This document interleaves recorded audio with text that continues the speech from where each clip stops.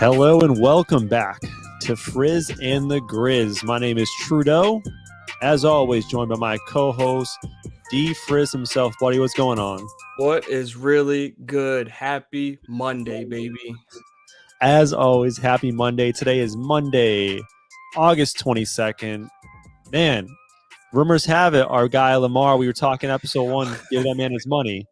And apparently they offered him some money. I think it was something around Kyler Murray numbers, 5 years, $250. But we were talking before the show. We think it's a little bit of a smokescreen. Fake news. What people say in the past.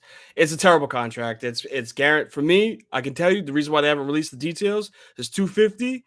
Barely any is going to be guaranteed. I'll put money on it, saying that they're either gonna have to have him have a ton of accomplishments, so they're gonna have to hit a ton of incentives. Hey, man, win the Super Bowl in the next 3 years. Not saying that they can't, but they're far away from that when it comes to his offensive weapons. So you definitely can't expect him to win a Super Bowl. They're going to say, don't rush as much, try not to miss as many games. That's injuries is definitely going to be an incentive, games played and whatnot. And I can tell you the reason why he's not accepting any of this is because it's guaranteed money. That's at the end of the day, he knows what his actual worth is. And you can fluff it all up by saying it's $250 million. Like, oh my goodness, he'd be the highest paid quarterback in the NFL. If it's not guaranteed, it really doesn't matter.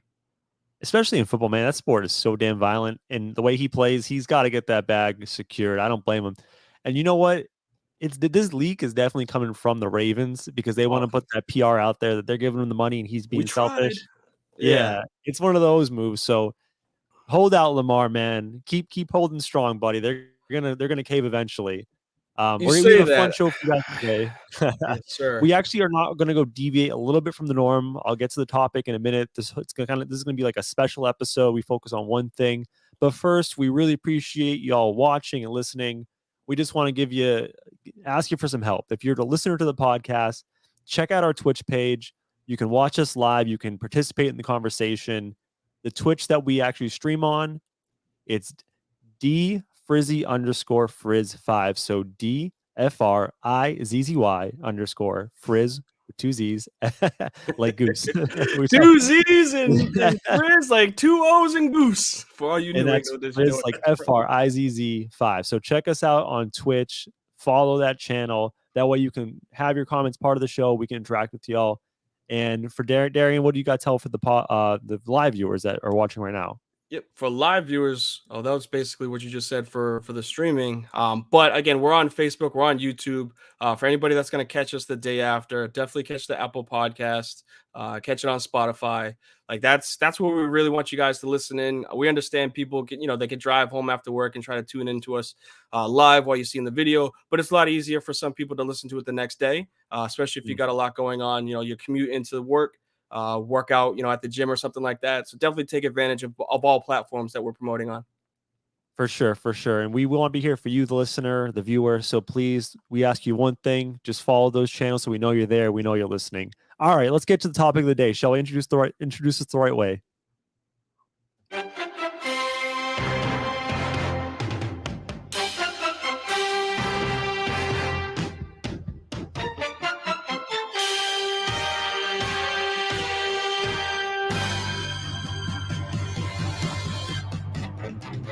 That's right. It's the Frizz and the Grizz Fantasy Football Special. In studio, Trudeau and the Frizz himself, breaking down fantasy action for you all night. All right, so we're going to do this in a very particular way. The way we're going to do this is we're taking the draft. We have an ADP sheet in front of us. We're both working off the same sheet. For those uninitiated, ADP basically is the average draft position. So we're not going off the rankings, but rather how people have been drafting. We're going to break down, kind of find some weaknesses, some places where you can find value in the draft. We have 3 sections. The first section's around 1 through 4. Second section's like I think 5 through 8, and then the last section we have 9 and below. So that's how we're going to do this today. We're starting in section 1. Darian, what is your philosophy approaching the draft? Are you coming into the draft with a particular order in which you want to draft position? So, like, I got to get 2 running backs, I got to go running back, wide receiver, whatever. Or do you just kind of do whatever and just let the draft board take you where it may? It's all about the slot that you get picked at. That's for me. So like my entire philosophy, or at least like way of choosing where I'm gonna, pick, or how I'm gonna pick my players, is the number that I get selected. So like if I'm higher up in the draft, I have to go one way. If I'm lower in the draft, I have to think of a completely different end of it. It also depends on how many people. So I'm in 3 leagues. Each of them has different amount of people in those leagues. One of them is 12, one of them is 10, and one of them is 8.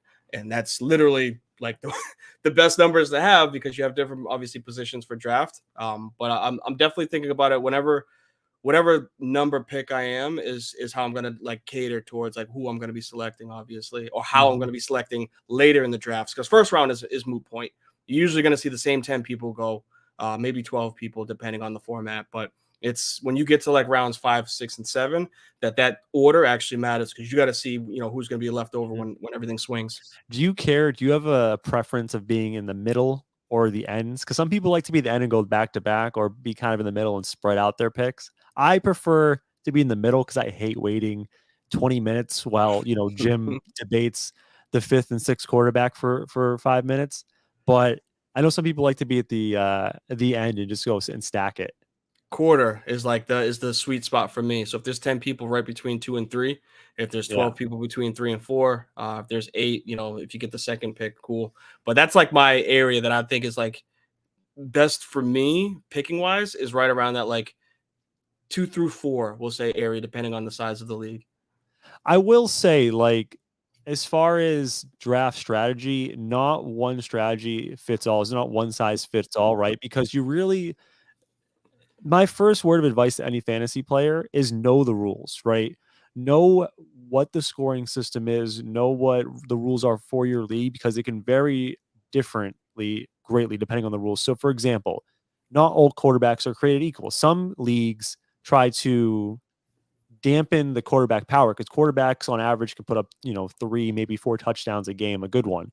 And that's greatly different than what a running back or wide receiver can do. So some leagues actually say 3 points for a passing touchdown, 6 for a rushing. So for example, if that's your league, a guy like Lamar Jackson who's going to get rushing touchdowns and rushing yards is far more valuable than just a pocket passer. So my first word of advice to any fantasy player is understand the league rules, understand where you can find your advantages. And the same thing goes for PPR, right? Are you no PPR, half PPR, full PPR? That's greatly going to change how you draft players, what type of running backs you might draft. If you go full PPR, maybe you want a slot receiver over, a big play, big threat receiver. You want to rack up those catches. If you have no PPR, Jamar Chase might be your guy, right? Because he's going to just have big plays, probably not as many catches as maybe like a Jalen Waddle in the draft. So first rule of advice or word of advice is just know the rules and understand how that can, benefit yourself. You have any other general philosophies that you have for the people before we get into the actual draft itself? I think you hit it on the head with saying knowing the rules. More importantly, it's like don't think that just the way that you draft in one league is going to help you out in the other league. Because I've fallen victim to that, thinking that the way that you can draft in one specific league should cater the same results in the other. It really is so random because of how everybody else is selecting. You obviously got to put your best foot forward with your team. But I'm in one league where I've won championship, 3 out of 4 times. I'm in another league where I'm finishing last place every single time. So it's like, and it's the same players. Like, you're still selecting from the same player pool, but like you said, it's knowing the rules. That's important, and just knowing that, like, just because you're able to get somebody in one round in one league doesn't mean that's going to be the best fit for you in a different league. It definitely changes. And don't draft any kickers or defenses, please. We don't even have kickers in one of my leagues. It's actually dope. Big shouts to one of the guys up in New England. No kickers to flex. It's actually pretty deep because it makes it harder for your bench. Is it another thing is like know what your flex situation is as well? Are you a standard flex? Do you have super flex? Obviously, if you're running a super flex, you can start 2 quarterbacks, which then everyone always says, everyone says like, hey, my first experience doing super flex was last year, so I didn't know how to approach it. And everyone's always like, all right, wait on quarterback. And I traditionally wait and just kind of see what falls to me. I usually take like the 5th or 6th best quarterback available. Super flex, it's a very aggressive league on quarterbacks. So if you don't jump early on quarterbacks, forget it. You are going to be stuck with the bottom of the barrel. All right, so let's get into this. So rounds, we'll start with the first 2 rounds. And for me, the top of the draft is this. Don't fuck it up, because you're not going to win your league in the first 2 rounds. Like, okay, yeah, you could draft like the 2 guys who have the best output, but you absolutely can lose your league in the first 2 picks. Yep. So for me, the first 2 rounds, I'm taking guys that are risk adverse. I want guys I can feel comfortable with, that won't just derail my season. And I also want to make sure that I've done a few mock drafts to understand, all right, if I draft running back, does that screw up the rest of my draft? Or if I go wide receiver, is the rest of my draft going to be screwed up? So like the first 2 picks are very important, just to make sure you set yourself up for success in the later rounds where you can find a lot of value. So that for me, I'm injuries. I know you kind of harped on that. Injuries, potential injuries with workload, like CMC. I don't want to give away the nuggets, but like that's one of them. I'm also thinking of how their offense is actually catered from what they did in the offseason. So like, did somebody's value go up because of somebody else that they picked up? Another nugget, wide receiver from Philadelphia, not AJ Brown, but the kid out of Devontae Smith. Like, his value goes through the roof, again, because of somebody else that they brought in. Not that he did anything different. He's obviously a really good rookie wide receiver last year, but because the Eagles made a certain move to bring in somebody that's going to help their offense, it's going to benefit him. So like for me at least, that's what I meant by it. Like, you think of like off-season moves that don't even involve the player that you're picking. It involves the team that they're on. Yeah, I mean, for me, some moves like that though aren't always a positive. I think of it almost partially in like a basketball sense, where if you're playing basketball, there's only so much usage rate a player can get, right? And there's a term in fantasy football and in football called target share. Essentially, it's like what percentage of the passing plays is the quarterback looking your way, at least make an attempt to throw you the ball. So like the more talent you have around you, your target share is going to take a hit. But in the same sense, if you have no help around you, you're going to get double teamed. And it's going to be hard for you to succeed. So it's like there's got to be a sweet zone where like you have a little bit of help, right? But you're not on an island, and that's kind of like where you find the most fantasy success. I think a case against that would be maybe like Jamar Chase last year, where they're loaded at wide receivers, at the Bengals. So like he's a case study for maybe there is benefit in having riches beyond belief. Mm-hmm. Same thing with I mean, for me, you would also think of addition by subtraction. So somebody that like was on your team and now they're gone, you would think that like, oh, that means that they're going to obviously get more targets, but that doesn't necessarily mean anything. My biggest example is out in Dallas.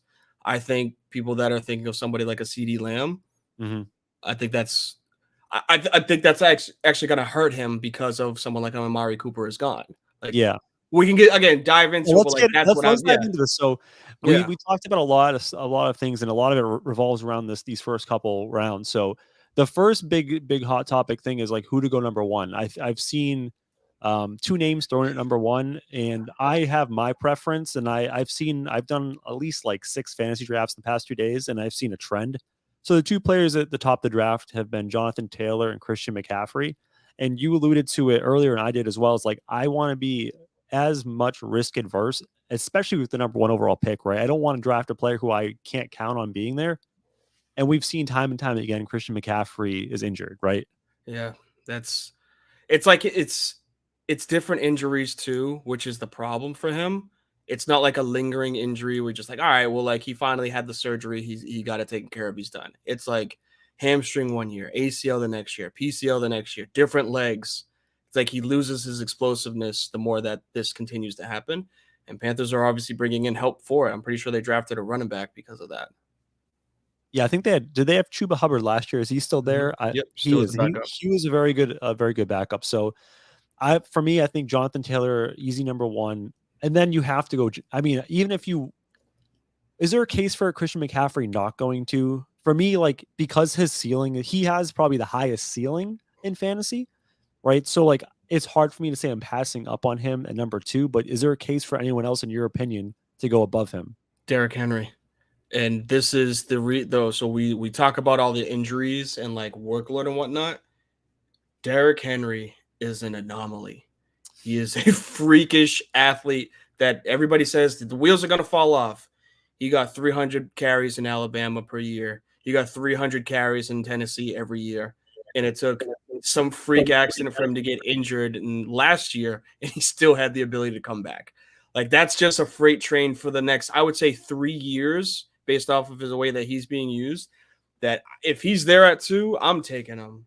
I think he's not the offense in Tennessee where like they have to give it to him every single play. He can literally rip off 3-yard, 4-yard runs every play or break out for a 90-yard touchdown. Mm-hmm. You really have no idea what you're getting because nobody wants to fucking tackle him. So I'm not as high on Derrick Henry maybe as you are. I think you go McCaffrey too. I was looking earlier about Derrick Henry. I was curious how old he was because I'm like, this guy feels like he's been in the league forever. So he's actually like an old 29. He's an old 29. Like he turns 30 during the football season. So he has a ton of carries. He has a very bruising style of running. And I just feel like there's always like this hill for running backs, and it's about that 30 to 32-year-old age. So like he's entering that danger zone. And I'm worried that if I'm drafting Henry at number 2, could this be the year like he starts to break down a little bit? And also, you know, this Tennessee offense, they have lost some pieces at wide receiver. You mentioned A.J. Brown leaving earlier to go to the Eagles. Julio Jones now a Buck. So they are a little depleted offensively around him. I'm wondering if he might see more 8-man box this year, you know, considering his production when he was healthy. So we'll see. I still think Derrick Henry is probably a top 4 to 6 pick in the draft. Is there anyone else so we're looking at the same board? Is there anyone else at this top 4 that you want to talk about? So we have ADP goes Jonathan Taylor. Derrick Henry actually is ADP 2, but he's kind of like a tie with Christian McCaffrey. So people have been flip-flopping between those two. And then Dalvin Cook has been averaging at number 4 pick. So is there anyone else worth mentioning there? I guess Dalvin Cook. In the 4, no. Cook and Christian are kind of interchangeable. They go through the same issues. Love Dalvin Cook when he's healthy. Absolutely incredible athlete and explosive running back. But he's the same thing. Like there's an asterisk with Dalvin because when you pick Dalvin, you have to have Madison. Like it's just known for the past 3 or 4 years, you're going to get incredible value when Cook is out there. But if you don't have Madison, you're screwed because he's going to go down. I don't like to say people are going to get hurt, but like it's once or twice. All right, maybe it just doesn't happen again. But when it's consistent every single year, it's like, all right, it's a pattern. Yep. So then after these 4 running backs, it looks like the ADP goes wide receiver, and Kupp, Jefferson, and Chase. And that's fine. I will say this, so I did a bunch of mock drafts today. When I went and picked one of these guys as my first overall pick, it gets pretty tough at the running back position. Like, in my opinion, it's if you're drafting 1 through 6, I would lean towards a running back in one of those spots. And then if one of those 3 guys that you like falls to you at maybe 7, hell, if you're at 10 and one of those guys fall to you, go for it. Like, don't reach on a shitty running back. Yep. But I would probably take, and I appreciate Ty in the stream, I would probably take Eckler. I know like a lot of the fantasy experts are high on him, and he's actually going around 9. I really like Najee Harris this year. I don't know if I would draft him as high as Ty is suggesting it too. But Najee had a very, very good rookie year. I think he had something like 1,200 rushing yards, 300 receiving yards. And that's with Ben Roethlisberger at the helm. So anything's better than Big Ben at quarterback. So I could see Najee replicating last year and potentially maybe having an increase in some of those stats. He's been phenomenal. So, yeah, I think for me, Eckler, maybe Najee at 6. And then at 7, you know, if you want to go Kupp, he had such a great season last year. He had like historic season for wide receiver. I don't see why not go Kupp 7. And again, if you're a guy who likes Cooper Kupp or a gal who likes Cooper Kupp and you want to draft him earlier, that's fine. I just find from experience for me doing a lot of mock drafts, if I passed on a running back in the first round, it does get dicey. I mean, you can roll the dice with like your third and fourth round pick and get like a Clyde Edwards-Helaire, but you don't feel good if that's like a guy you have to rely on RB1. every week. Yeah, Yeah, if exactly. that's your RB1, that's where it's tough. And same here. And again, like the new grain and which a lot of people are putting online and whatnot is wide receiver is the new running back, meaning that like your heavy hitters, Cup, Jefferson, and Chase. Like once those guys are gone, that there's a huge drop off between wide receiver ones and wide receiver twos on teams. I don't see it. I don't No, I'm see it not either. agreeing with it. I'm not agreeing with it. I don't see it. I still think it's a running back fantasy football heavy league because once you're past those top 8 backs, you are in some Yeah, trouble when it comes to trusting people. Like not even just like target share, like if they're even going to be on the field because majority of those teams are running 2-back systems. Like that's the thing. that's when it becomes an issue when you're, like you said, a CE, Clyde Edwards-Helaire, like He's in they're this timeshare. the Chiefs always have a Yeah. second running back. So it's like Even that's I the would say tough part. even some guys that are projected in the first round are likely in a timeshare. Like I'm seeing Nick Chubb somewhere around 8 to 10 range, and Kareem Hunt is a very good running back despite his grievances with the Browns. He's going to lose carries to Kareem Hunt. There are guys in this top range that are going to give carries to their backup. It's very rare to find the bell cow running back, and if you can get one of these guys, you can absolutely count on as like an anchor for your team in the first round. That's great. And I like that term. I've heard that a lot in fantasy recently. It's a new term, is like the anchor running back. Mm-hmm. And the idea is like you have one stud guy you can count on every week, and then you can figure out your RB2 situation and maybe plug and play. Yeah, the if you just list off and we'll get to the names. We talked in pregame about some receivers in Pittsburgh that like with the Najee Harris talk. So like how that's going to help him obviously. But if you look at the next like second tier running backs for it, Javonte is splitting with Melvin. You have Kamara, he's going to come off suspension, but he's splitting with Ingram. Is he so I was trying to look this up. He's not It's actively there. suspended, right? No, Because he had it's a there. battery It's one of charge. those. Yeah, it's one of those situations where he could get. Who was it? That running back from Dallas, Elliott, Ezekiel where he Elliott, can play in like week 10, he could get suspended. That's right? where it's like like it up in the air right now. Yeah, But like that again, that's the timeshare with like those second tier. They're number ones on their team. I do With like their some of second those tier second tier backs. guys. Like I like Yeah. Joe Mixon. I think he's pretty much a lead dog there, and that's an Mhm. explosive offense. Alvin Kamara's been a fantasy dog for a long time. Uh, Aaron Jones, I'm not too high on him this year, but So hit or miss. But yeah, yeah, we don't go too yeah. deep with it. We can finish up the top 10.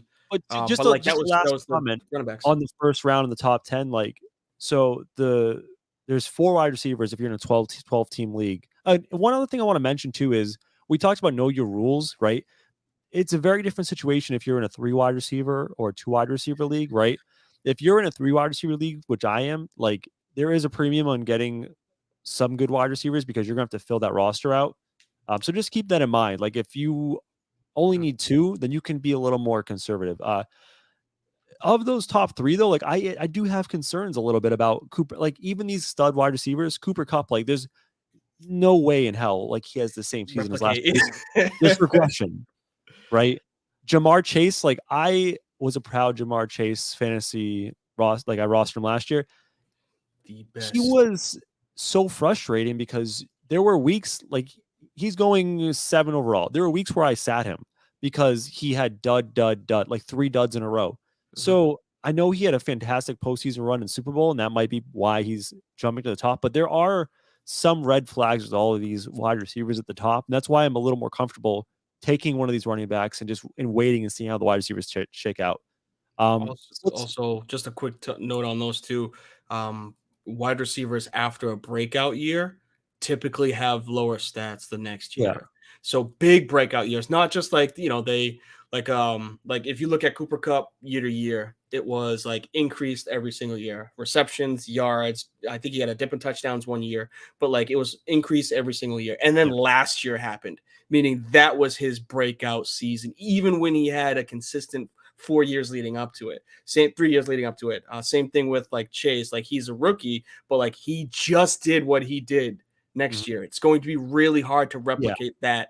And the next receiver would be Justin Jefferson, where it's like he had a breakout rookie season down and up. Exactly. The next season was great. He's still the best receiver in Minnesota, but there's your regression. Like receivers, it happens like that. I actually like Jefferson the most out of those three personally. And I don't want to get too caught up in the first round, but they changed coaches in Minnesota, which theoretically the offense should improve. Mike Zimmer was a defensive coach, so we're thinking that this Minnesota team will be better next year, especially offensively. So I like Jefferson. And we're not saying like don't draft Jamar Chase. We're saying if there's a Dalvin Cook, maybe take Dalvin Cook first and wait a little bit. If Jamar Chase is available at 8, absolutely. But like don't. It might hurt you to reach for a wide receiver in the first round. All right, top 5 at least. Yeah. So the second round, we see the first tight end go off the board at pick 14 at Travis Kelce. Which, if we're gonna just talk about tight ends really quick, to me, there's 5 guys you want to roster, and one of them is I think is a tier lower. So for me, the 5 guys is Kelce, Andrews, Kyle Pitts, my guy in San Francisco, Kittle, and Waller. And for me, I probably put Pitts at the bottom of the 5, even though he's getting drafted in the third of all of those 5. So he's being drafted after Andrews. I just don't. I'm afraid of that offense there in Atlanta. Yeah, I'm uncertain about that. So I think Kelce at 14 in that area is a little too early. I after doing many mock drafts, I think you can get really, really good value at grabbing either Waller or Kittle. They're going around like the end of the 4th, early 5th. If you can get Kittle at like, round 5, pick 1 or 2, that's fantastic. And personally, I am not really going to wait on tight end. I want one of those 5 because there's a significant drop off after that. Oh, yeah. And if you don't get one of those 5, my advice to you, don't draft tight end number 6. Just wait it out at that point because you're going to be sifting through garbage at that point anyways. So just stack up your bench, take some flyers on some wide receivers and running backs. But other than Travis Kelce, in the second round, is anything sticking out to you? I know you're a big Saints fan, so I'm sure Alvin Kamara in the second round is probably enticing to you. Huge. I like that area that he might drop to because of the lingering suspensions and whatnot. I know that you say you moved from Kelce, but I think there is huge value with Kelce being essentially like a wide receiver 1 because of what they lost in the offseason. Not only did they lose Tyreek, but Mecole Hardman just went down for the season. So like this is again, KC's going to get people open. That's just their offense. Mahomes is going to get the ball to Kelce because he's going to be the new Gronk. He's going to be his pacifier. He has to be. But I mean, the rest of the round, I think it goes. This is the drop off, right? When you say the second tier wide receivers or the second tier running backs. Diggs is still an incredible wide receiver. Not only is he great out there, but like, what is it? Gabriel Davis emerged out of nowhere. So now like people have to worry about Davis, and Diggs is like Josh Allen as a quarterback improved tremendously with Stephon Diggs being his wide receiver. Like he made Kirk Cousins be really good, and Kirk Cousins is lucky that now he has Justin Jefferson's. So it's like he sticks around the league because of that. But like Diggs, I think is an incredible value if you say there's a drop off for like the receivers. I would say getting him high in the second round would be like a goal of mine. And then I've actually seen him in a lot of drafts drop to like mid-second. So like it's definitely doable to get him in the early second. Even if you want to wait, if you have like pick number 6 in the second, there's a chance you probably get him. Because here's the thing, there's going to be people who take wide receiver in the first round, and they're going to be desperate to draft like your Ezekiel Elliott, your Saquon. So they might pass on the second go around on a guy like Diggs. I think you just gave away the secret sauce that I was going for because, again, I hate it, but it's just the potential, the same way that you look at CMC, the potential is there for him to just come back and be the workhorse that we know he is, and that's Saquon Barkley. I hate that, like, every year it's just like, look, he's back. You see one move, and you're just like, oh, he's back. And then it's like, boom, blown out ACL. And it's like, what the hell? So I think getting him later second round, top third round is a hell of a snatch for a running back. If you're looking for that RB2, RB1.5 area, if you can get him, say you take a Joe Mixon in the beginning of round 2, and then like you get a Saquon as the beginning or middle of round 3. I think that's a not bad value for him. I think this So year he should be decent. I've been burnt by Saquon, so I'll probably avoid him. I will say this about Saquon, and this is a weird rule of thumb, and I think there's a little something behind it. When guys are in contract years, I get a little extra excited about drafting them because usually guys will overperform in contract years. And the reason behind that is, one, if you have like a lingering injury or like a little nagging injury, you're probably going to play through it because you need the stats to get that paycheck. Mm-hmm. Guys also probably come into the season in the best shape of their life because their conditioning to their livelihood their next contract is going to really depend on how good of shape you get into camp in. And 3, we already know professional athletes may cheat here or there. So like you're more strongly incentivized to take something you're not supposed to in a contract year to get like a boost. Get paid. Exactly. So, and all these things being said, Saquon Barkley is entering a contract year, and he's been pretty unremarkable the past 2 years and 2.5 years. So he's probably looking to have a big bounce back year. I don't really love that New York offense, but I mean, if you're getting him at the end of the second round, it's worth a flyer, I suppose, right? Especially if you've already solidified. If you have a strong RB1, like you said, and have like, I don't know, like a Dalvin Cook, if you draft Saquon at the back half of the second round and he fizzles out, you still have your anchor running back, right? So, but if it works, it works. If it doesn't, you're not sunk. That's what I mean by that. Like he can't be your running back 1. You have to pair him with somebody that you've already drafted in the beginning of the first. So my strategy going into fantasy drafts during this mock draft phase has been to try to go running back, wide receiver. That's been kind of like the most. I've experimented. I've gone running back, wide receiver, running back, wide receiver, running back. Personally, my favorite combination was going running back in the first round. And again, it's all dependent on where you end up. And then there are some wide receivers in the second round that are lingering, like they're getting drafted a little bit later that I really like. And one of these guys is Tyreek Hill. For some reason, people have been staying away from Tyreek Hill a lot. I understand there's a little bit of uncertainty leaving Patrick Mahomes in that very explosive offense. But there's one thing I know about the new coach in Miami is he's big on yak. Like Mike McDaniels, that's a tough name. He really wants to get the ball out quickly because Tua is not he's not a deep ball thrower. I do anticipate Tyreek Hill getting a lot of catches, a lot of stuff underneath, and he's super fast, super elusive. So he's going to get a lot of opportunity to get yards after the catch. So he's going end of the second round. So if you're a guy who maybe in the first top 4 have a McCaffrey, a Cook, Derrick Henry, you can pair him with Tyreek Hill at the back half of the second, like you're golden for the rest of your draft. You also have to think of the style of offense that they're going to get him the ball, not just like you said, the quick screens, but those lateral front, like quick pitch passes. That's something that Mahomes like took advantage of, especially around the goal line. That's where it's huge, where like Tua can just take the snap, put him in motion before he gets a snap, catch it, toss it forward. Looks like it's a running play, but not only did you get a half a point for the PPR, you stack that with a 3-yard run, you stack that with a touchdown. All of a sudden, that's a 7.5, 8-point play from 3 yards out. Is it crazy to say this? Maybe a hot take. Ooh. Does Tyreek Hill have a better supporting cast minus the quarterback as far as skill positions around him now in Miami than he did in Kansas City? I know he had Kelsey with him in Kansas City, but Mike Gesicki is a damn good tight end. And we just saw Jalen Waddle have a historic receiver season for a rookie. So like he might have a better supporting cast, and it's going to be hard to double team Tyreek Hill in this offense. I won't say it's a better cast. I will say that for people thinking that it's going to be a slip in production, you're wrong. I think the dead wrong with that one. I think he might not, again, 60, 70-yard pass in the air, outrun everybody. That may not happen, but you know what will? Slant across the middle. Because you can't, if he slants and Waddle goes, who the hell is covering them? You know what I'm saying? Or you send, like you said, you send Mike down the middle, Gesicki down the middle, and you have these two cross. Who are you going to sit in zone? Good luck. You're going to go in man? Good luck.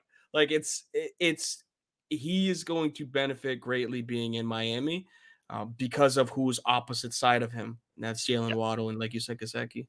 And you're probably gonna lose some of the deep balls, but you'll more than make up with that, especially if you're in a PPR format with a lot of the underneath stuff. He's gonna get a lot of catches this year. All right, let's try to get through this second round really quick. Is there anyone you don't like? I'll just throw out a name right now that I'm not super high on. Leonard Fournette is going like last pick of the second round. I'm just listen. You come into camp out of shape, first of all, and then this week alone, the Bucs started the offseason down 3 O-linemen. They just lost 2 more O-linemen interior. It's going to be really hard to run that ball, especially if the middle. Lenny's a bruising runner. He wants to go up the middle on these power plays. That interior line is going to be decimated. It's going to be hard for him to find running room. I'm a little bit out on Uncle Lenny. I mean, I would draft him later on in the draft, but in the second round, if I'm drafting a wide receiver in the first round and then I'm counting on Lenny as my number one, I'm not feeling good. Yeah, I'm with you on that one. You know, I know he's an LSU guy, so I'll try not to talk as much trash. But Leonard Williamson, Fournette, he's just not what I'm expecting anymore. I saw a picture of him in the offseason, like at camp. It's just like, come on, man. Like, I get it. You got your championship. Like, you used to be the most feared running back in the NFL. Like, we'll say coming out of college, you were one of the most feared running backs that played because of like how physical he was. He's not that anymore. Another name that, again, you said somebody's burned you. I've never physically drafted this guy on my team, but I just don't like the name. I don't like the team. I can't stand how he's being compared for having. You probably know who I'm talking about. CD? Yes. Can't stand. Look, this is my gripe with them because he is a phenomenal athlete. He's a freakish athlete. But we've been saying the same thing since Oklahoma. And for people that don't follow college football, same thing was when he had Marquise Brown on his team. Like, oh, CD is the guy. Marquise Brown was the guy. Like, now he gets to the NFL and it's like, oh, he's going to be the guy. Amari Cooper was the guy. And like, there were times where I'm pretty sure who's the wide receiver that tore his knee last year? I always want to say Terrence Williams, but there was another wide receiver for Dallas. I'm not a Dallas aficionado, but like there was another wide receiver for Dallas that outplayed him at points. And it's just like, he's a ghost at situations and he wants to wear number 88. So there's high expectations with being like Dez and being like Michael Irvin. To me, he's just not that. So comparisons of him being the next wide receiver, miss me on that, man. Like Dak tries to give him the ball. He still doesn't show up in certain games. So I don't like the high second round pick for him. Maybe you get him tail end a second and beginning a third as your second receiver. But if he's wide receiver 1 for your team, good luck. All right. Let's wrap it for because we're dragging on this. I'm enjoying the conversation. Yeah, absolutely. We can't have a 4-hour podcast. So we'll tap the rest of these first 4 rounds or like the first 4 rounds. What is 3 guys you like and don't like, and just kind of like, and this is not like personal. Basically, it's like you don't like based on the draft position. And I do want to say like another thing just to promote the wide receiver or running back wide receiver combination in the first 2. If you go, not 2 running backs, but go wide receiver, running back, when you hit round 3, you can go anywhere you want. You don't feel handcuffed. I got to get a wide receiver now. I have to get a running back. So just another thing to keep in mind if you split it up. All right. So for me, guys that I don't like going right now in like this 3rd to 4th round range, or I guess 2nd to 4th, I'm a little out on Zeke. I had him last year, and while he did have good number production, a lot of it was based on touchdowns. He had a tremendous, I think he had like 14 touchdowns. He gave up a lot of carries to their backup, and his name's eluding me right now. I hope you know. I know I can see his name. I just can't remember. My goodness. Well, all right, well, I'll look it up. But he gave up a lot. Nobody cares about Dallas. That's the reason why. Oh, Tony Pollard, I think was Tony Pollard. Yep. Was their other running back. He gave up a lot of carries to Pollard, especially in late game situations. America's team, it's always on the damn 4:00 game, and I'd watch those games because I had interest in the games because I had obviously Ezekiel. He gave up a lot of carries. A lot of his production was touchdown based, so that's going to regress back to the mean. I don't really love him. He's going late 2nd. Kyle Pitts is, like I said earlier, He's going like one of the first picks of the 4th round. He's going ahead of guys like Waller and what's his face, George Kittle. Or he's going about that range. I just think with Mariota at quarterback and a lot of uncertainty with that offense, I just can't see him producing at a high level. And let me think. Anyone else I don't like? I just don't like in general. There's a lot of quarterbacks in this range going super high. Herbert and Josh Allen. Josh Allen's going like early 2nd. Herbert early 3rd. I think you can wait a little bit on those quarterbacks. So is there anyone you want to like particularly call out of this group of 1 through 4 that sticks out to you? Love Cam Akers in the 3rd. I think that's significant. People are big on this guy this year. So what he did again, the Adrian Peterson thing, like somebody tears the ACL and they play the next year, they think that like that's supposed to be the norm. He tore his Achilles and returned that same season. Rest in peace, Kobe Bryant. It changed his entire career when he tore his Achilles. So it's like the fact that he came back, performed the way he did in the tail end of the playoffs and the Super Bowl last year, incredible. So I love that. If you can get him as your RB2 area for this area, go ahead. Just one thing to add to Cam Akers is like McVay is kind of historically known as a coach who prefers to have a workhorse type of running back. Like once he gets a guy going, he will just keep feeding the beast. So if Akers has a good start, he could be a guy that's just eating up, 80% of the carries in LA and on an offense that's very, very dynamic. Yep. Another name, another running back. Not technically a rookie, but first year, Travis Etienne. One of the better running backs out of college football and out of Clemson, teaming up with obviously, Trevor Lawrence. Jaguars offense is going to be different having Doug. My name's slipping me today, man. Monday is Doug Peterson. Different offense down there in Jacksonville. I think that's going to significantly help him. Not saying that like he's like, going to be our RB1, RB2 finish at the end of the year. But if you're getting rookie running backs technically are a really good value. We saw it in Najee Harris. This is his technical rookie season, even though it's year 2. Coming off of an injury, like this is the year that he could potentially, like again, get a ton of shares. We won't say carries, but carries and passes out of the backfield. The one thing I am worried about with ETN is he's getting drafted rather high, right? So you're counting him as an RB2, and James Robinson, while he did have a fall off last year, it wasn't because he was a bad runner. Like he just wasn't getting volume. I don't know what he did to their clown coach. I don't know if he was the one who sold him out for dancing. Urban Meyer.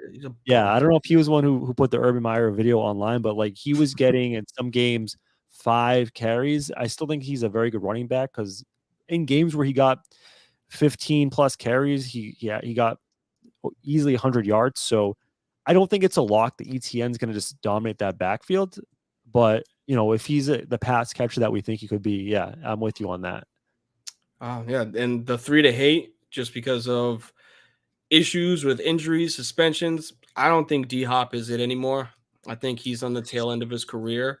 I think where's he being drafted? Right between 3 and 4. So he's right around 4. It says 45th, at least for yours.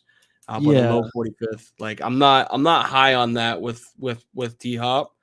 Same thing with Pittman. Pittman has nothing to do with injury related, but the offense in Indianapolis, even with Matt Ryan, like people aren't afraid of the air threat from Matt Ryan anymore. They're just not. Like he can throw the ball, but he's not going to go for 350 each game like he used to. And Michael Pittman he's the sole wide receiver out there. Like he's their number one guy. It's no longer T.Y. Hilton. And he did decent, but I'm just not drafting him that high as my wide receiver 1 or even wide receiver 2. And the last, and I know for those that know, as much as I love my boys from the Bayou Bengals, I'm not taking Joe. Fresh off of an appendectomy injury, like he's gonna give you great value, but you could definitely pick a quarterback a little higher. If you're going quarterback that round, you could pick a better quarterback that's not coming off of an injury. He's not gonna have a slip off year, but you got to understand he's coming back from an actual injury. Like so, Joe Burrow is tail end of the 4th round, according to our projections, which it's not bad, but here's some names if you wait, right? Aaron Rodgers, middle of the 6th round. Is there that big of a difference between the two? Not Not huge. really. Dak Prescott in the 8th round. I mean, Joe Burrow's better, but are you upset if you got Dak Prescott? Nope. No. So, and then, Tom Brady, 8th round, your guy, Trey Lance, 9th round. So, like, there are guys that if you wait, you'll be fine with. And if you do draft Burrow where he's being drafted, you're passing up on guys like Waddle, Darren Waller, um, Josh Jacobs. I'm not a big Josh Jacobs guy this year, but there are some names around Joe Burrow that's worth drafting. All right, so let's move on to the next section of the draft. At this point, I'm hoping that after the first 4 rounds, you have at least 2 running backs, a wide receiver. Maybe I would prefer 2 and 2 wide receivers, 2 running backs. Maybe you grab one of those tight ends at the top. But so in this section from 5 to 8, this is where I'm personally this is what my strategy is from 5 to 8. I'm grabbing my quarterback probably. I'm probably grabbing him somewhere around 6, maybe early 5th. I'm grabbing solid guys. So 5 through 8, I want guys that I can count on, and maybe one lottery ticket guy. So just looking in this range, guys that I feel pretty solid about, that I can count on, would probably be like Adam Thielen, not a sexy name. He had a couple. It's been a couple years since he's been great, but I feel like with a guy like that, he's going to have a lot of receptions. He's going to be solid. He's going to put up average numbers. I can start him every week as like a wide receiver 3 or maybe a wide receiver 2. So just like that's kind of my philosophy right here is like get guys I feel like I can start every week, and then maybe a lottery ticket guy like a Chris Godwin who's probably fallen a little bit because of his injury. Is that kind of what you're doing around this range, or are you doing something a little different? I'm looking quarterback and solidifying my flex right now. Okay. I'm not thinking, wide receiver 2. Like you do need. It's weird that the flex position is different than wide receiver 2 because you're just like, oh, they're interchangeable. But you need to have a solid flex player because if you have decent wide receivers, like this is your secondary running back, secondary wide receiver, like you need that area to be filled. I don't know if you're frozen on my bad. Did I freeze up? Okay. You're fine. You got to solidify that flex position. So like for me, it's quarterback and flex right here, right between like 5, 6, and 7, depending on who's there. Are there any quarterbacks in this range that you'd be happy with? Like obviously, I'm drafting at the top of the 5th, sorry to cut you off, but if like I'm drafting the top of the 5th, the very end of the 4th round is projected Burrow and Lamar Jackson. Like if one of those guys slips to like mid to bottom of the 5th round, I'll grab them then. But outside of that, like I'm fine with grabbing Rodgers in the middle of the 6th. I'm fine with. I mean, I'll roll the dice with Russell Wilson with 7.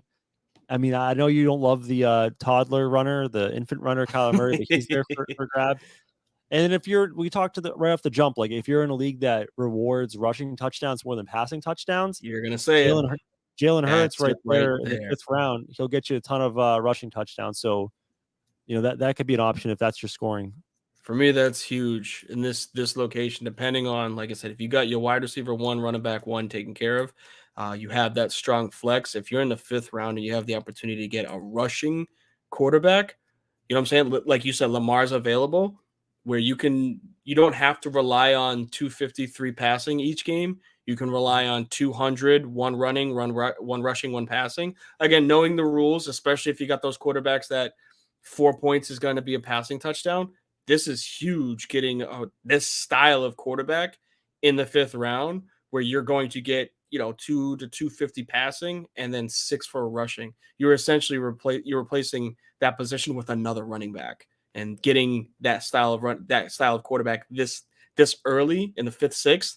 That's beneficial for you significantly. Yeah. Yeah, I think there's definitely a lot of value in this range. There's going to be some bust here, but there is value.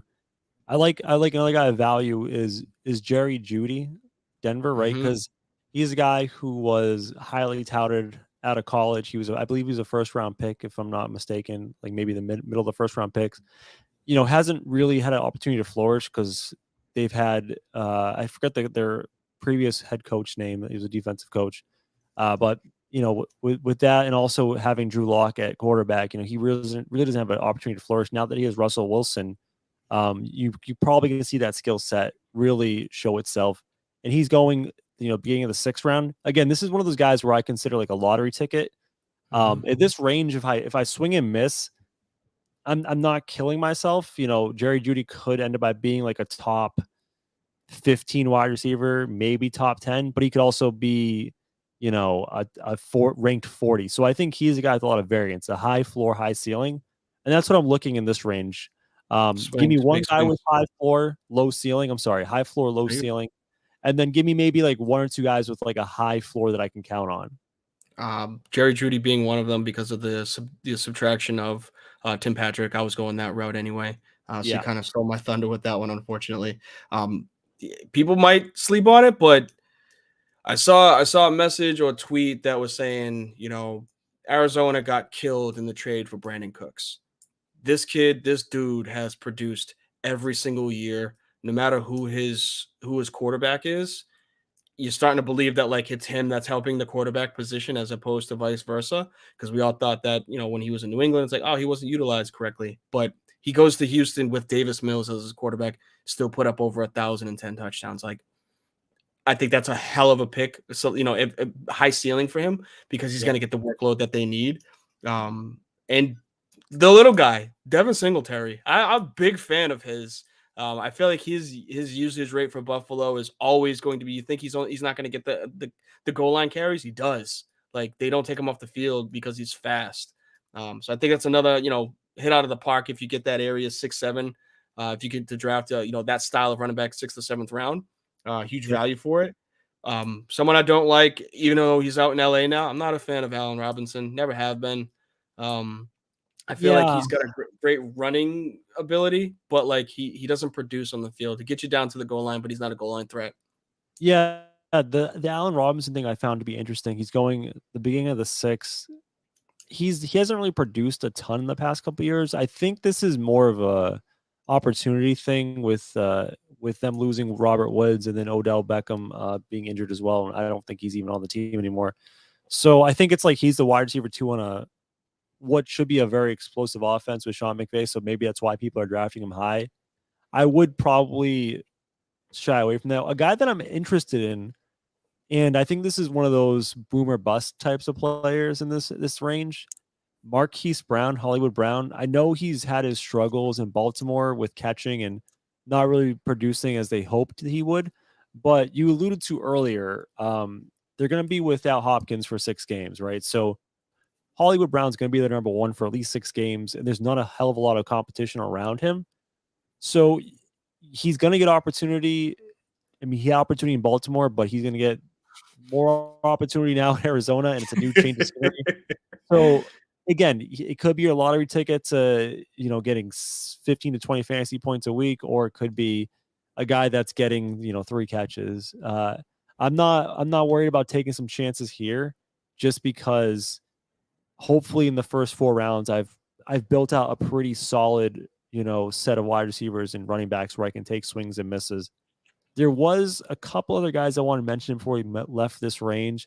CEH, I know he's in a timeshare at this point and he's been disappointing, but that Chiefs offense is still going to be good. He was a 1st-round draft pick a couple of years back. They had high expectations. I mean, he's going mid-7. If you can get him in the 8th, early 8th, late 7th, and you need a running back, if you drafted heavy wide receiver off the bat, he's worth a flyer. He could be just a solid guy that you can count on every week. There's one more guy I wanted to bring to you, but a guy I definitely want to avoid, and I'm surprised he's going so early. Maybe this draft projection will change over time. Rashad Penny is going like the first pick of the 6th round. You would think he's the de facto starter with Chris Carson retiring. Just retiring, yep. But they did draft in the beginning of the 2nd round, the Seahawks, that is, Kenneth Walker III from Michigan State. That dude was an absolute monster at Michigan State. He was a Heisman finalist, I believe. Really good running back. And if you're drafting a running back in the early 2nd round, you're not drafting him. You're drafting him to play. Yeah. So he's going to get a significant amount of carries. I would prefer Walker over Penny of the 2 because Penny also has an injury history as well. So I'd probably avoid drafting Penny and just wait to like the 8th round and get Kenneth Walker there. Anyone else you want to comment on these first couple or 5 to 8 before we get into the Frizz's 5? Only one name, just because of again the scenario, the situation. Granted, I think he's a better receiver.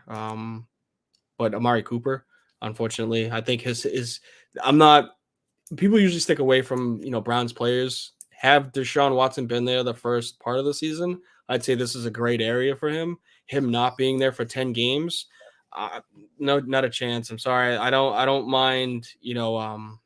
Backup from New England. I can't remember his name now. He's been bad. Yeah, I don't mind him as a quarterback. But I'm not relying on wide receiver 2, wide receiver 3 getting passes from Jacoby Brissett.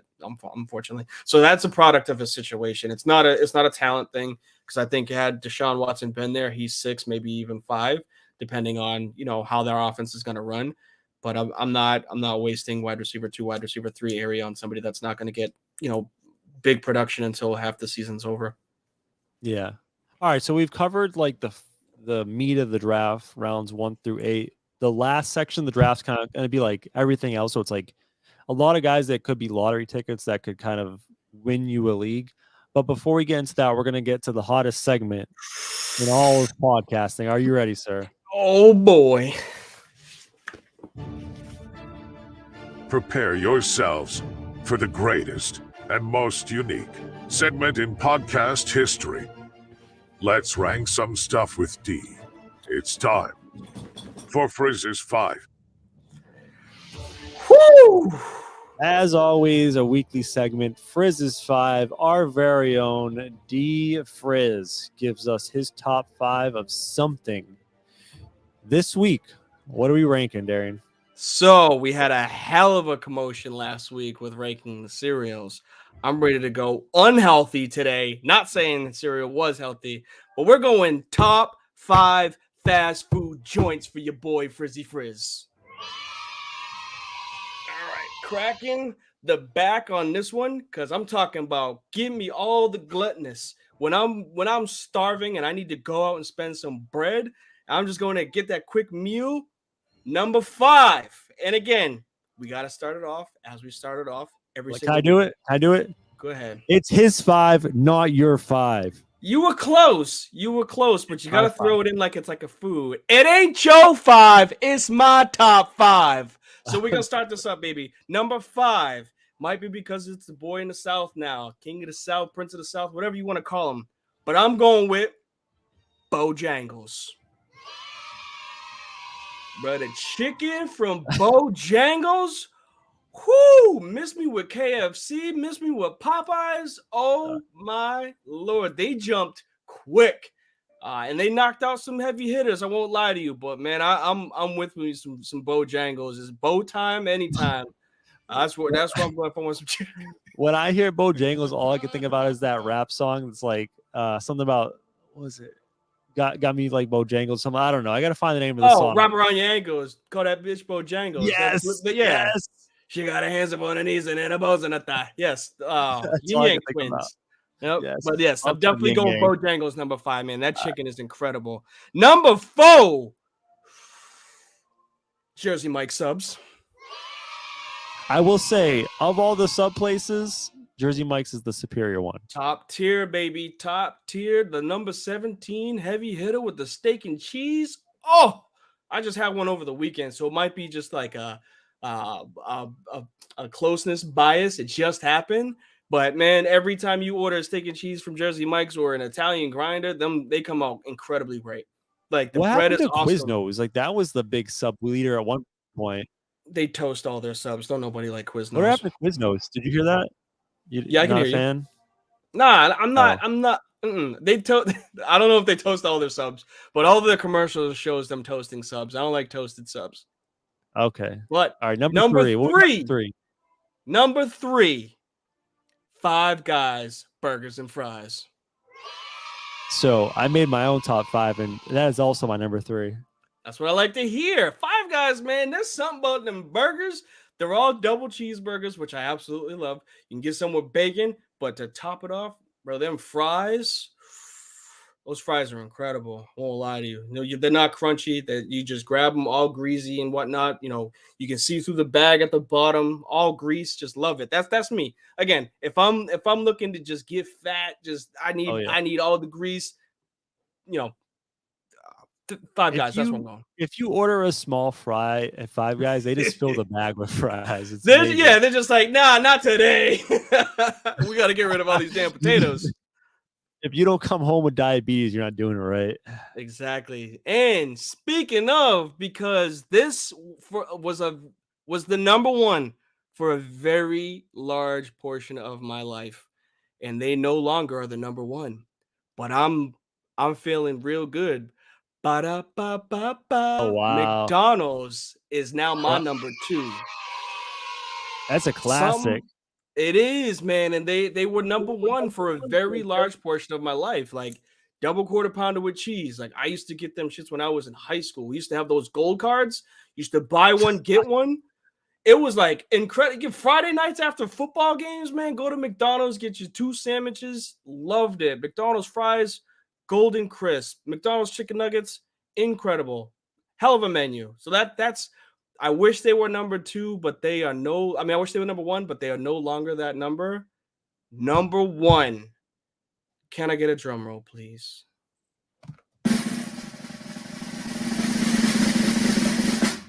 The Reverend said itself. God says Sunday is his day. Sunday is for football. They may not serve food, but Monday through Saturday, Chick-fil-A is the number 1 fast food restaurant place of eating in the history of fast foods. There's something about that chicken. There's something about that bun. It's just buttered soft, but it's something about them waffle fries. It's the service. It don't matter if them boys or girls got 50 cars in the drive-thru. 5 minutes later, you got your meal. And they're not mad. They'll roll up to your whip like they're, at Sonic or Rollerblades. They'll walk down the whole line. What is it that you'd like? Take your order, swipe of the card, even after they're pissed because they're sweating, dripping, they're as hot as a motherfucker out there. They just say the best words ever. Thank you. We really appreciate your business. Or the best thing of all time, my pleasure. Like, it's just the best. It's the best, man. It ain't just the food. It's everything that's encompassed with it. See, you have the privilege of having many Chick-fil-A's in your area. There's nothing up here. It's a little barren for the Chick-fil-A. The Polynesian sauce, though, dog, so good. Polynesian, the Chick-fil-A, man. It's just everything that they have to offer, man. Hey, they're closed on Sunday, so everybody can watch football. So I don't mind it. But Chick-fil-A, that's the reason why they closed on Sundays. Oh, there's something about Chick-fil-A, man. I don't know how it got there so quickly, but it just is the number 1 place to go eat fast food. There's something about it that makes you think that it's healthy. Like it's not at all. But like part of you is just like, but it's chicken. It's like, it's God's chicken. It's just chicken. It's all good. There's bread, whatever.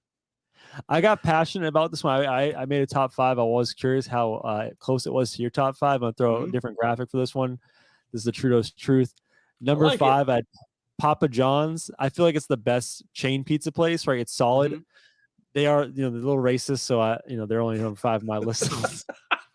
Wait, man, something about the LGBTQ community with Chick-fil-A. Dog, we won't go down that road. So my list is real hateful. I got 2 of them on there. Number 4, like we had a debate pre-show. Does this count as fast food? Like the ice cream joints, Cold Stone, by far the best ice cream, dude. They make it fresh right in front of you, so good. I'm with you on 3. Same number 3. Five Guys. You highlighted it. I'm surprised number 2 didn't make your list. This is like close to be. I know where you're going. Yeah, Chipotle, man. Yep, Chipotle is so damn good, man. Like I could eat Chipotle every day. And this is, we won't do the hot take machine or anything like that, but I don't mess with Chipotle. Really don't. Is it the neurovirus? It's just it's just the food. Like I'm not thinking of going to Chipotle. I really don't. Like I'm not a bowl kind of person. Soft burrito. That's just not my thing. Okay. Heard they got good food. The one time that I went to Chipotle, they served beer, so like that was a positive. But that's about it. That's cool. And then number 1, again, I gotta go back to the hate. Well, Chick-fil-A, they're not fans of the LGBT. They are not, unfortunately. So I got the racist one at the bottom and the top it off like a nice little sandwich. All right, let's wrap this thing up. So we're gonna finish this up with the last. It's like and all essentially with this the last segment, kind of rounds 9 through the end of the draft. There's not going to be a ton to talk about here. This is more of like lottery ticket time, right? Because none of these guys were like, we're not counting on any of these guys to be great and contribute every week as a wide receiver too. This is kind of like, hey, maybe I can stash this guy on my bench and he blows up after week 3 or 4. So I'll let you take the board first. Is there any player, just name off a few that you like? You go one at a time. That you feel like could be a sleeper, that could be a lottery ticket for somebody. This isn't a bias, but I'm a big fan of the way he played when he was at Ohio State. Chris Olave. I think that's one of the better pickups for a wide receiver, depending on where you're at, obviously at the end of the draft. I'm in a lot of keeper leagues. So like my end of the draft is like not even for like helping me out this season. It's for helping me out in the next season. So like my selections might be tainted with that because I think to me he could be a wide receiver 1 next year. So I'm definitely thinking that way. Same thing with like Sky Moore, another wide receiver out of Kansas City. Why are people so high on Sky Moore? He was like the 8th wide receiver taken. Is it just because he's in Kansas City? Well, he's a very fast receiver out of Kansas City. We see what Kansas City does with very fast wide receivers. They've had fast wide receivers before that, just haven't done anything like Pringle. Yeah. I think Scott Moore is more fit to their offense, a little bit shorter of a wide receiver, not, your 6'1", 6'2", long-legged, long stride guy. It's more of like the quick dash. Like that's more of like what they're in for. So I'm a big fan of those two players. If you're looking deep into it, again, I typically am looking for people that are either rehash or some type of keeper for the next league, for the next season. Somebody that, and this is again where the bias comes in, good value for the location, but 12th, 13th round, depending on how many there are. Jarvis Landry, he's a hell of a slot receiver, and Jameis Winston takes advantage of his weapons. If he plays the way he did the first six games last season, he spread the ball out. There really wasn't a wide receiver 1. Like we saw one week where Marquez Callaway was the wide receiver to get for New Orleans, and then the next week it wasn't because he spread the ball out differently.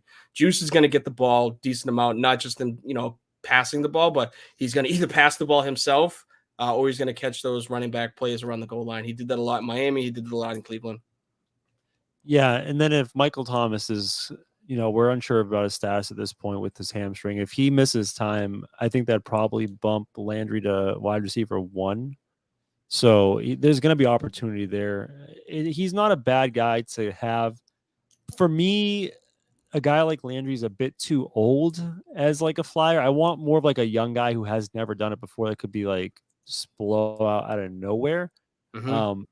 One guy that I have that I'm interested in is a guy named, and I don't know if anyone knows of him, Dameon Pierce in Houston. Granted, like Houston offense is pretty bad. Davis Mills is their quarterback. So Dameon Pierce, I believe he's a rookie running back. Their other running backs on the roster include Rex Burkhead and I knew it earlier. I'm drawing a blank. But right now, the thing about Dameon Pierce is he's likely to be the week 1 starter at this point at Houston. Yep. And if you can get a starting running, if you can get a starting running back who is very young in a rookie year in the 11th round, it's like the perfect flyer because if he ends up by being in a committee, you spent an 11th round pick on him. If he ends up by flourishing and becoming the lead back there, it's Marlon Mack's the other guy. So it's Marlon Mack, Dameon Pierce, and Rex Burkhead. We know like the Texans know what Marlon Mack is and what Rex Burkhead is. So, you could get a guy who, again, it's a lottery pick. You can get a guy who just comes out of nowhere, wins the job, becomes the regular starter that gets, 60 to 70% of the carries in their backfield. And he's a big boy. I think he's like 225. So he's a powerful runner, going to get goal line carries. I like him a lot in that range. This guy's not as like a young guy because I like to go young, but kind of an unproven commodity who just got paid in the offseason. Christian Kirk got, I think, $75 million from the Jaguars.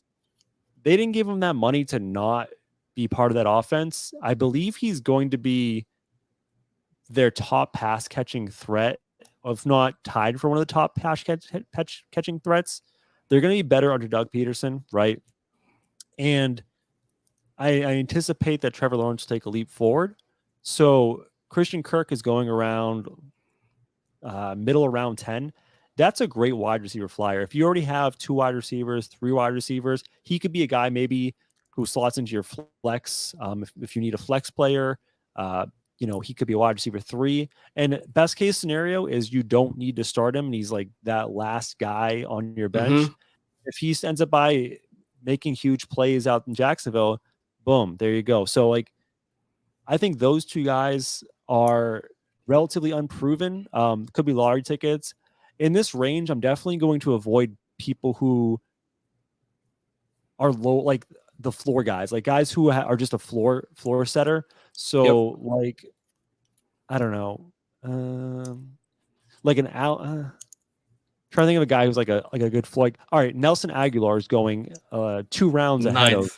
He's going a round ahead of Christian Kirk. Like Nelson Aguilar, like he is what he is. New England, he'll get some passes, but like he's not going to be a breakout candidate likely. So give me someone who is boom or bust here, and I'm just going to hope for the boom. And if by week 3, Damian Pierce is in a 3-way committee and getting 20% of the carries, I can just cut him at that point, right? I've spent an 11th round pick on him, so that's what I'm doing here. Trying to see if there's anyone else. If you see anyone else in this range you want to comment on, chime in. I got a big name. I mean, not big name, but we mentioned him multiple times. Just as like the wide receiver instead of his actual name, George Pickens. Oh yes. Where's he going? Again, He's going late. It's like 13th, I'm pretty sure, or like around the 13th round. Yep. Yeah, that's a scenario where, like we just said, like if you're going to draft someone this late, draft the high upside guy. 2 picks after him is Sammy Watkins. Sammy Watkins is not going to flourish this like out of nowhere. Draft the rookie who has a high ceiling. Mm-hmm. I'm a big fan of Pickens just because of the way he played when he was at Georgia. I think he's an excellent wide receiver. And again, rookie wide receivers from the SEC have dominated. We've seen it year in and year out over the past 3 seasons. We saw it start with Jefferson. We saw it, go with Chase, and then another Alabama Waddle, SEC. You had Devontae Smith, SEC. George Pickens, again, part of that product of they're playing the best talented DBs in the SEC. They transfer over into the NFL, and they're still able to do the same thing. I did have another name. I didn't want to go in that deep on Pickens, but DJ Chark. Another wide receiver that, again, he started off. Let's see here. 13th round. Oh wow! And yeah, I think for what Detroit, granted, Jared Goff ain't it, but Chark is a hell of a value. Another LSU guy, but again, this is just the way that they show up. He did decent when he was down in Jacksonville. He had a couple span of games where like he was the number 1. And if you're able to get a receiver this late, or like fill up your bench or fill up a secondary flex position, like that's not a bad get, especially because Golladay is no longer out there. Galladay's in New York, so like there's really no true number 1 in Detroit right now. I think Marvin Williams is always hurt, so it's like this is a flyer, young receiver. You get a chance, and like you said, you get to week 4 or 5, you see he's getting 5 to 8 points a game. You cut him; it's not a big deal. Yeah, I want to test your willingness to take flyers late. We'll get out here after this.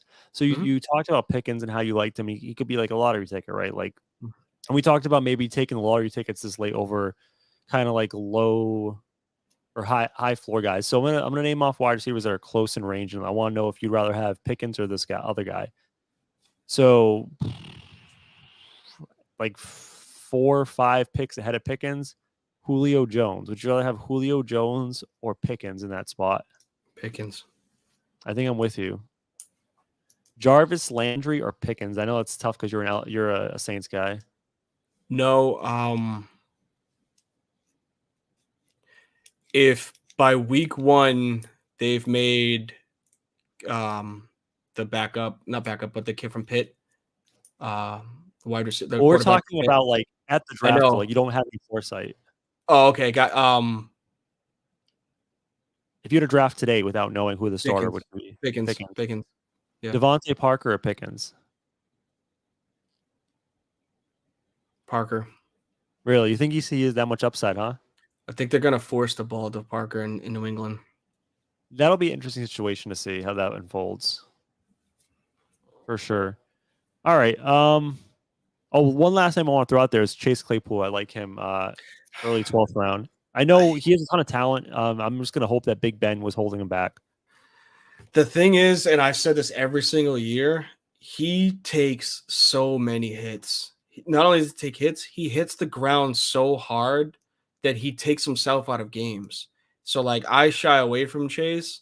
Love the physicalness behind it, but like watch his games and you'll see like there are times where he's dominating first quarter, something happens, and then you don't see him until the third quarter. It's because he dove in, the end of the first to make a catch, hit the ground, knocked the wind out of himself. Now he's going to sit for a quarter and a half. It's like you don't see it in the box score if you're just looking at his points, but you watch the actual game, you're like, Jesus Christ, like every game he's sitting on the sideline in key situations because he hurt himself.